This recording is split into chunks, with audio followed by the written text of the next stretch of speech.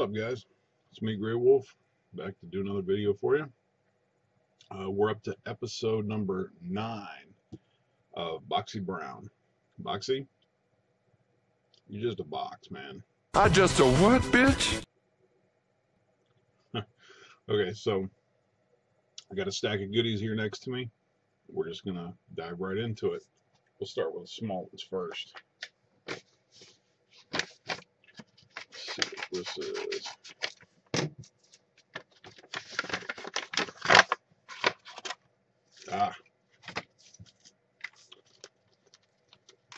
This would be 2 pairs of Lunsford titanium turnbuckles for the LST2/XXL.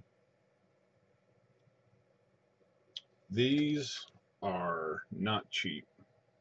I think these were about 36 bucks for the 2 pair.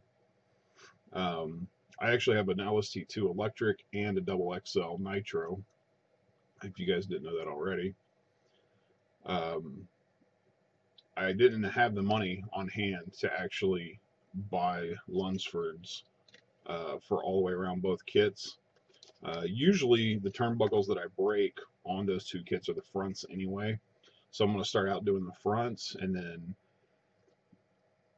I don't think I've ever broke a rear turnbuckle yet, but if I do, then I'll replace the backs as I break them. So that's pretty cool there. Let's see. I know what this one is. This one is from Acer Racing, and if you guys aren't familiar with Acer, they primarily specialize in bearings. This is called Acer Sin Lube. There we go. Acer Racing Sin Lube, synthetic bearing lubricant. This stuff, I bought this stuff. It's a little expensive. I can't remember exactly how much it was. I want to say it was around $8 for this bottle, though. However, it's supposed to last for a really, really long time. At least the bottle is. From what I understand, this synthetic lube is like a liquid. I don't know if you guys can see. If you can see that in there, yeah. It's a liquid. As you can see, I'm shaking it, and it's just sloshing around there. It's only supposed to take 2 or 3 drops for a bearing to lube up a bearing. I got this because I decided I wanted to try it out. So far, I'm really big into bearing maintenance. Every time I get it, anytime I take apart a kit enough to get to any bearings, I will at least check them to see if I feel any roughness in them or anything like that, and if I do, I clean them and I re-lubricate them. But what I've been using up to this point is actually a light, that's not a very good example. Let's see if this will work. What I've been using up to this point is a very light grease called Race Tech Cream. Let's see if I can get a close up here for you guys. There it is, Race Tech Cream, and this is actually sold by a company that specializes in skateboard bearings. And so far, I really like this stuff. Now, when you use the grease, you don't get the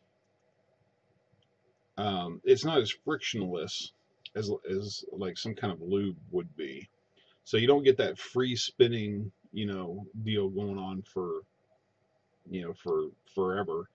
And if you use a grease, you have to be careful when you repack the bearing with grease, you only pack one side of it, because if you pack both sides, it actually gets too full and it creates too much friction in there because there's actually too much grease.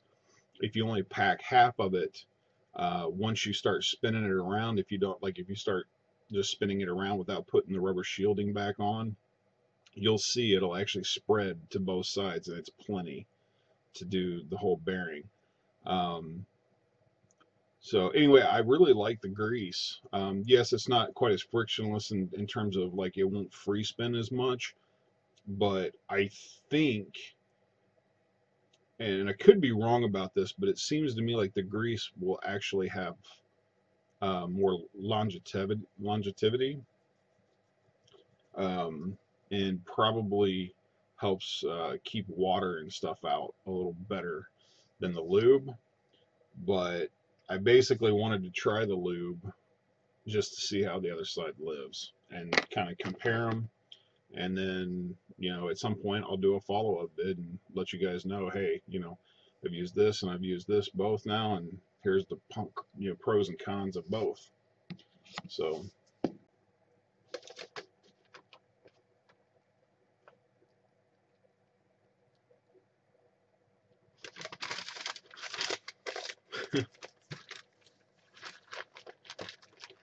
that doesn't make me happy at all. This is basically a couple of parts that I ordered for a friend of mine who, he's a pretty good friend of mine.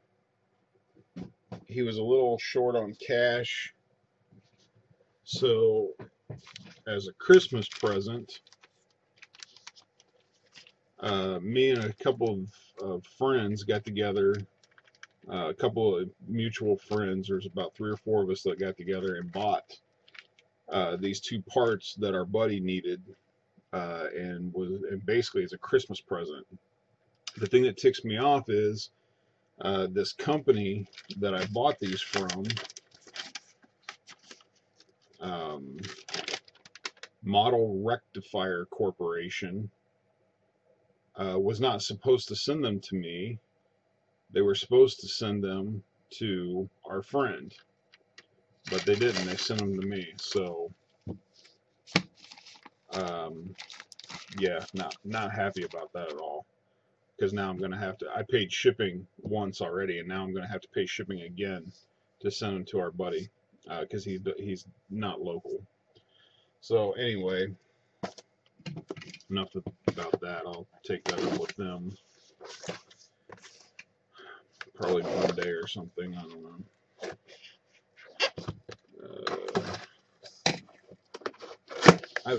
Okay, this is an order. This is an order that I placed with Hobby King, actually.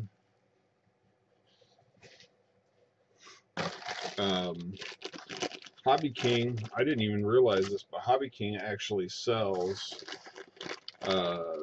various wiring, or various wire, on their website. This is, I believe, 6 feet of red and 6 feet of black, 12 gauge, silicone. It should be silicone wrapped.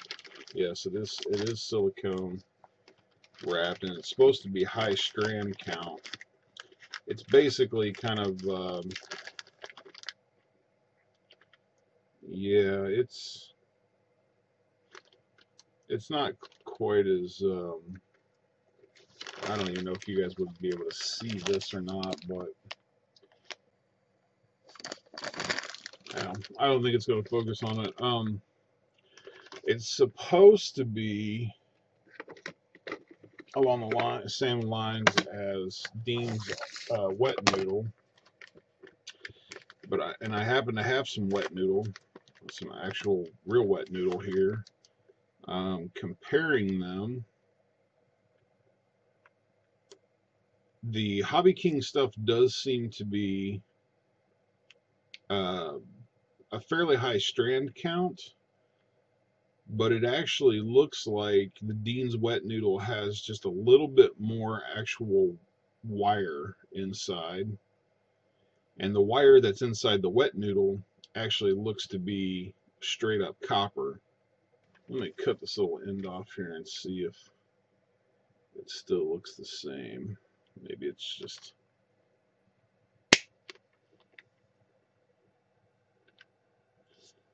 Yeah, see the wire inside does not appear to be straight up copper. It has a little bit of a I mean, there is some copper look to it, but it appears to have a little more silverish look to it. So I don't know exactly what the wire inside is made out of, but basically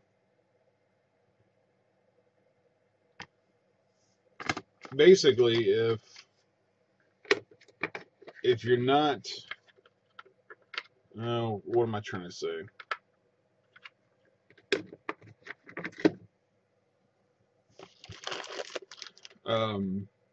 Basically, as long as you're not using this for some kind of like ultra high-end race kit, I would say this stuff is probably pretty good.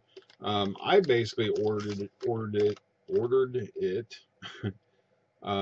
just because I have two parallel charging boards, one for my PowerLab 6 charger, and another one for I have a cheap Chinese job 200-watt deal. I have a parallel board for it as well. And what I want to do is basically make, I use Dean's connectors, and I want to make basically extensions. The parallel boards, if you've never seen them, basically have a row of Dean's connectors. If you buy the Dean's connector version, it has a row of Dean's connectors in the middle. You plug the Dean's connector on the battery into one of those, and then you plug the balance port into the balance plug, right? Well, the problem is those plugs on the batteries are way too short if you get, if you're actually trying to do like 3 or more packs at a time. So what my plan is to take the cheaper Hobby King wire and make extensions for each one of those 12. There's a total of 12 because there's 6 on each board. For each one of those 12 connectors, I want to make extensions, maybe, I don't know, 8 or 10 inches long, and that way the battery doesn't have to sit right on top of the board. It can kind of sit off to the side, and I can kind of keep them, I don't know, a little more neat and organized or whatever. And to that end, I also ordered a bunch of balance board connectors as well. Now these appear to be 2, 3, 4, 5. These appear to be the 6S ones, and then there should be, yeah, these are the 4S. I believe there's 10 in each one of these packs. 6S, 10 4S extensions, and 10 3S extensions. Now I actually do have a 10 pack of 2S extensions coming as well, but Hobby King was out of them at the time when I ordered all of these, so I didn't get to order them from Hobby King. I had to get on eBay and order them, so those haven't arrived yet. But eventually my plan is to have, I don't use 5-cell lipos, so that's why I don't have any, that's why I didn't order any 5-cell balance plugs, balance extension plugs. But my eventual plan is for each section, each of the 6 sections on each parallel board, I'm going to have a Dean's extension and a balance extension for 2, 3, 4, and 6S cells. That way there's plenty of wire. I can set the batteries however I need to arrange them around the board, so I can stack them on top of each other, keep it neat, keep it organized, and then that way things aren't hanging on by the balance plug and putting unnecessary strain and hanging at funny angles and stuff when they're plugged into the balance board. So um, now this right here, I know what this is. This has been a long-awaited purchase. I actually had to dip into my savings for this one.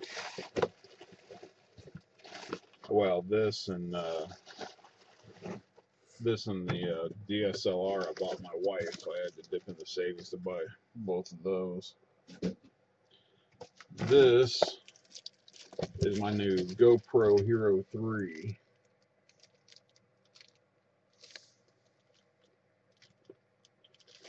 And let me take it out of this plastic wrap here. Now this is my first GoPro, so I am pretty excited. Let's see. It's kind of tall. It's hard to get an image of the actual camera in there. But yeah, I'm really excited about this. The new Hero 3s actually have Wi-Fi capability built into them. So what I did in order to, why did I got awful dark back here all of a sudden on the screen.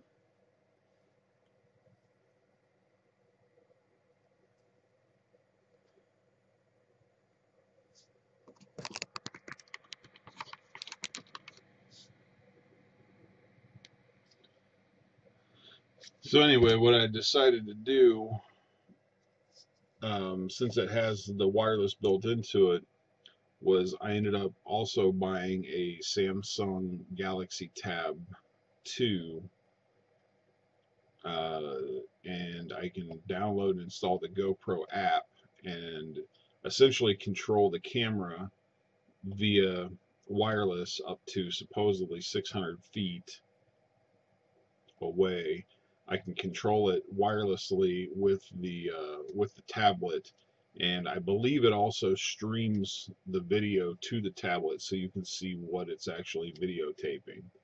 I'm really anxious to try out that feature, and I might even do a video with a little demo on how that works. So this is very exciting for me anyway. And last but not least for this episode, I know what this is too.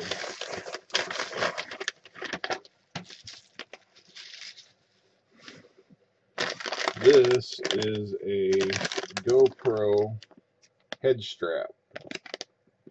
It's basically a head strap mount for the GoPro camera.